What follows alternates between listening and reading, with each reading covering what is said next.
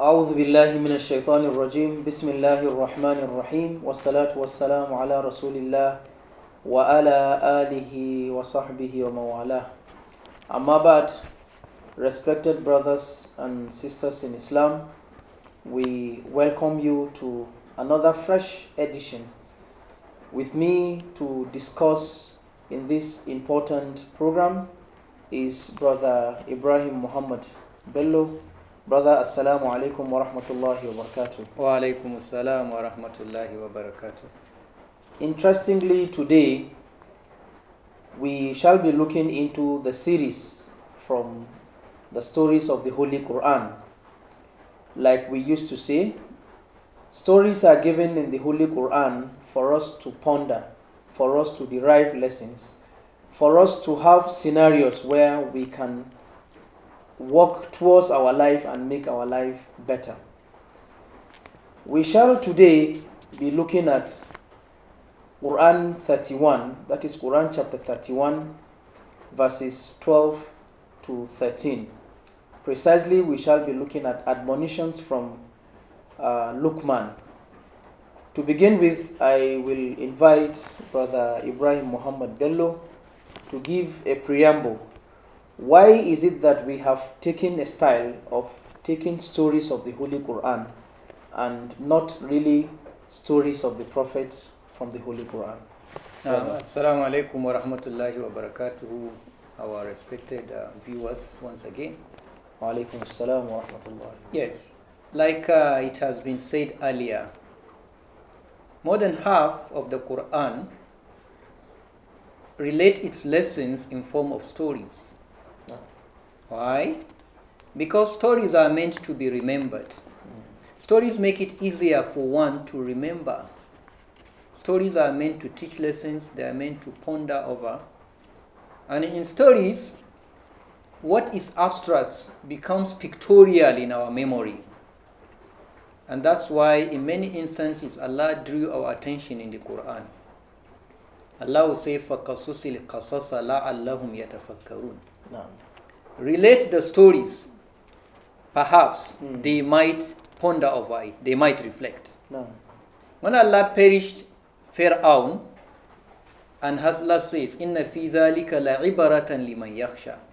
Verily, in this scenario and the things that transpired between Fir'aun and Musa, there are things to ponder over for those who are godly, who are conscious. At the end of Surah to Yusuf, after Allah relate one of those stories, that beautiful story of Yusuf and his brothers, Allah say, لَقَدْ كَانَ فِي قَصَصِهِمْ عِبَارَةٌ لِأُولِي الْأَلْبَابِ. Verily, in their own story, there are lessons and issues to ponder over, reflections for people of reasoning. So stories are actually meant to teach lessons, they are meant to be remembered, they are meant for us to ponder over. And that's why also today we want to take one of such stories, and that is Luqman's admonition. Now, like I did say from the beginning, that is from Quran chapter 31, verses 12 to 19. Who is Luqman? One may want to know, our audience will want to know, who is this Luqman? Well, Allah subhanahu wa ta'ala mentioned Luqman in Quran. And historically, Luqman has been known to be a man of wisdom, a wise man. Allah blessed him with wisdom, wise sayings and actions. Okay? He's knowledgeable. And most of the time, historians, particularly those who translate Quran, differ regarding his background or genealogy.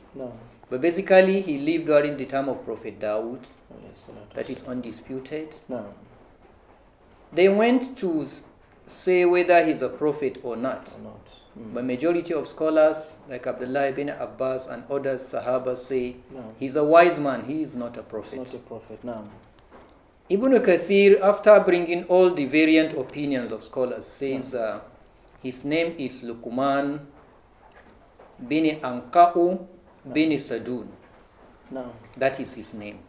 He's a black man All agreed he live in Africa. So this is Luqman. Allah bless him a lot with wisdom and wise sayings and treasures of wisdom that people learn from. That he gives you advice that sounds like revelation. That Allah blessed him is a godly man, is a pious man. That he was worth mentioning by Allah in Qur'an. That tells you he's a great man. MashaAllah. Yes. Now that we've known who Luqman is and his relationship with that you said he lived during the lifetime of Prophet Dawood alayhi salatu wasalam and his full name, we will now straight ahead dive into the verses that discuss about Luqman al-Hikmah. Now, Allah subhanahu wa ta'ala told us, like you said earlier in Quran chapter 1 verses 13 to 19. Allah say, وَلَقَدْ آتَيْنَا لُقْمَانَ الْحِكْمَةِ. Verily, we gave Luqman wisdom. Wisdom that Allah subhanahu wa ta'ala endowed him with knowledge and words of wisdom and beautiful exhortations and advice. That his words are very, very clear and they are very, very true. They sound like revelation. Allah say, Anishkuru lillah. And we say to him, give thanks to Allah. These are among the wisdoms Allah gave to him and part of his way of appreciation. وَمَنْ يَشْكُرْ, verily whosoever is grateful to Allah, فَإِنَّمَا يَشْكُرُ لِنَفْسِهِ. According to the verse. He's only expressing gratitude for his own self. Really? Meaning, the benefit of this gratitude goes to him. Because one of the ways somebody can actually show gratitude, why somebody one need to show gratitude to the person that bestowed the blessing for you first. Because that is your essence of existence. So the first person that make you to exist, who actually brought you to the world, deserves your appreciation before anybody. That's Allah subhanahu wa ta'ala. That is Allah subhanahu wa ta'ala. And he says, وَمَنْ يَشْكُرُ, whosoever is grateful, فَإِنَّمَا يَشْكُرُ لِنَفْسِهِ. The consequence, the reward, the benefit of that goes back to him. وَمَنْ كَفَرَ, whosoever disbelieves, is ingrate. فَإِنَّ اللَّهَ غَنِيٌّ حَمِيدٌ. Verily, Allah is self-sufficient. Allah doesn't actually need your gratitude. Your gratitude does not benefit Allah. Okay? Could gratitude here means obedience to Allah subhanahu wa ta'ala? Yes, of course. And that's what we're going to explain further. Yeah, your gratitude does not benefit Allah. Because Allah is Ghaniyun, self-sufficient. He doesn't need you. Hamid, in fact, he's been praised ever and ever by many other creations. So, this gratitude means what? Gratitude to God means whatever blessings Allah give you, use it in a way it pleases Allah. So your whole living and obedience and complying with the injunctions of God are actually forms of gratitude. And that's why in one hadith, the Prophet ﷺ was seen worshipping until his legs were swollen in night prayers. And Aisha will ask, Ya Rasulallah, will you continue struggling like this? You know, when you have all these bounties, Allah has forgiven your previous sin and what has to come. And the Prophet ﷺ replied what? He said, Afala akunu abdan shakura. If Allah bless me with all of this, shouldn't I be a grateful servant? So to tell us that gratitude in this sense means being worshipping, loyal, obedience, and doing this that because God deserves this from you. So this is the first. This is what wisdom Allah gave Luqman, and this is his exhortation.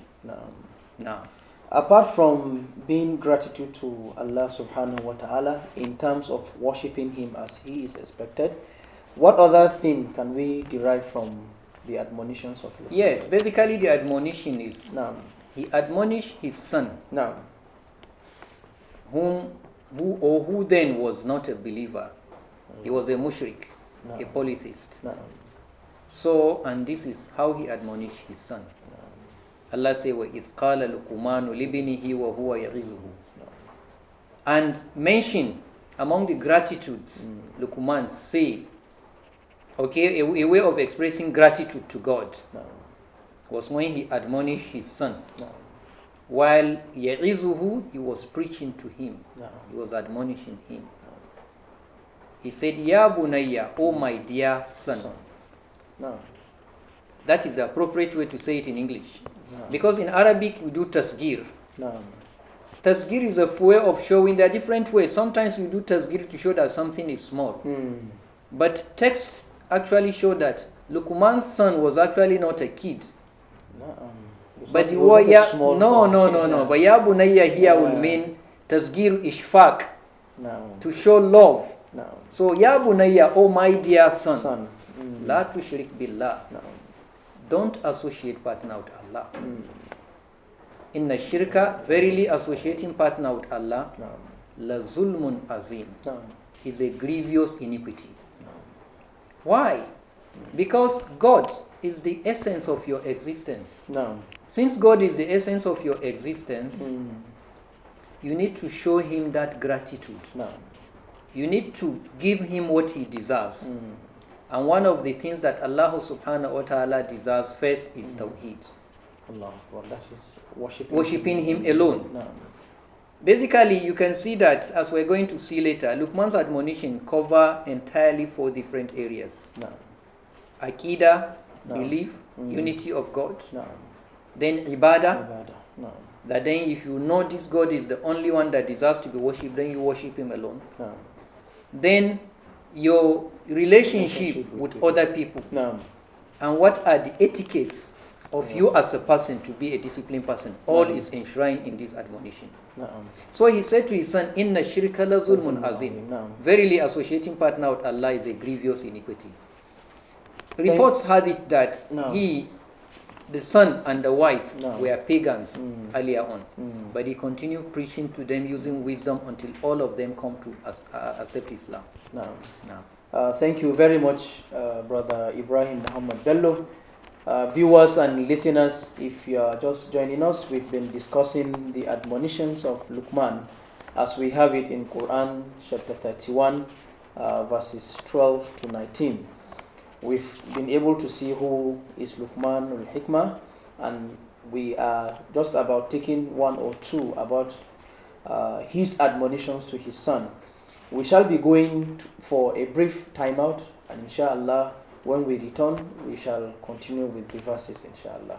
Please stay tuned. Assalamu alaikum wa rahmatullah.